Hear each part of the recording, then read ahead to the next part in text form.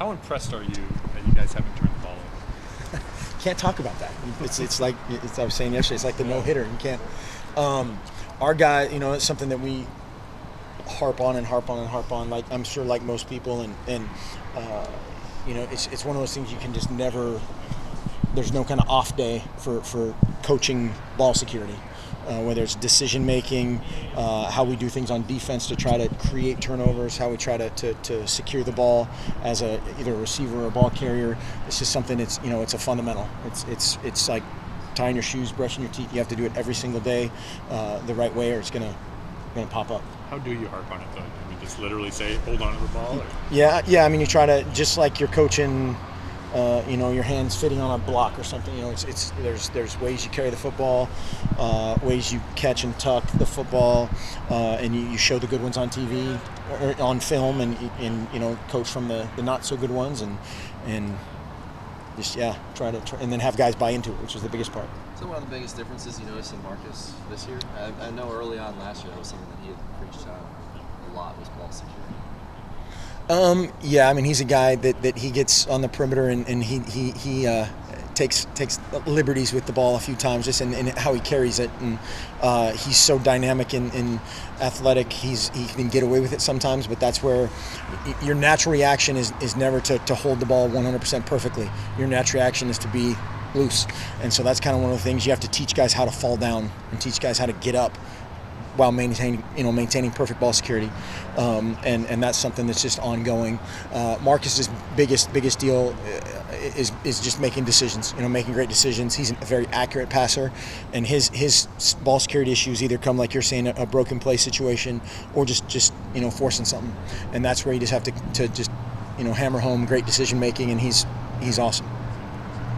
Coach, with so much of the national spotlight being on the team right now, how does your staff practically keep the team focused on winning the day? Just that, we just talk about our process, and your process is a bunch of things that you can handle and a bunch of things that you can control that then leads to an outcome that you have no control over. We can't control what team A, B, C, D, E, and F do on Saturday. We can only control, what we can do right now, and that's something that our guys believe in, wholeheartedly, that we have to have a great today for anything else to matter. And that's why when people say, hey, what'd you think of this game or that game or the other game, you teach from that to help your own team, or you watch that to go, hey, what if we're in that situation? What's the right response or action or reaction? And just trust that process. Trust what you could control, and that's it. Lots being made of Goff's first road game as a starter. Thinking back to your first road start. What was that? Oh my gosh. I think it would have been, I don't know. I think it was the University of Puget Sound, the Loggers. You don't just go into, Logger Stadium and get a victory. Did you get a victory? I think we did, yeah. I think that was the game. I was a good spectator, handed the ball off a bunch of times, and I think Jason Bauer, who coaches at South Medford now, a great friend of mine, roommate, the albino rhino, had a bunch of touchdowns, and he's from Philomath. I guarantee I turned it over. No, I don't remember. Not quite like Watson, I guess. Not quite. Yeah. Going back to the turnovers, is it any different trying to force turnovers against an air raid offense as opposed to a more traditional setup? Yeah, every offense is kind of different, just in its rhythm, of how they throw the ball, when they throw the ball, the zones that they attack. You take them versus a play action 7-step drop team.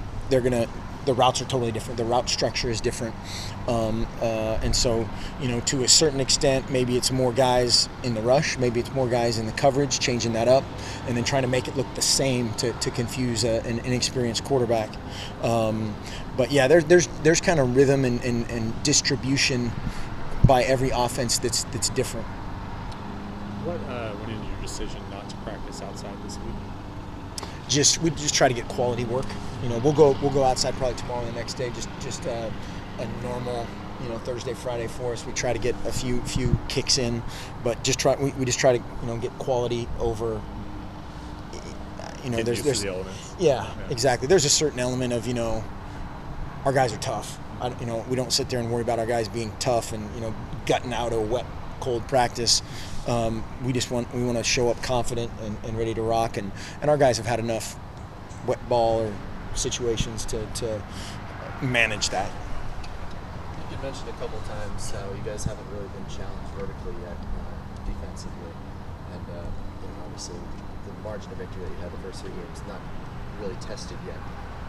How much are you looking forward to seeing that secondary group get tested like they will?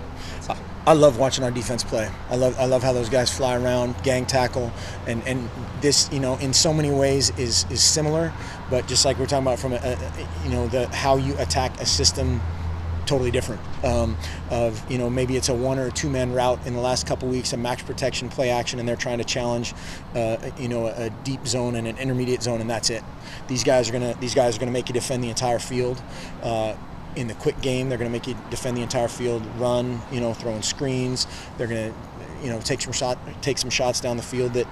So just the total package is different. But you still have to gang tackle. You still have to run to the ball. You still have to pressure the passer. All those, kind of fundamentals of our defense are unchanged. He even said he wasn't totally sure he knew what he had in this group, given the first 3 games. How much do you think you'll learn from this game? It's just different. Every game you learn a little bit something different, whether it's reacting to adversity, reacting to prosperity. They're gonna make some yards. There's no question about that. They do a great job within their system of making yards, but we need to, if on offense we need to make 7 and they need to make 3 if they score, or 14 to their 3, or however those numbers work out in our favor.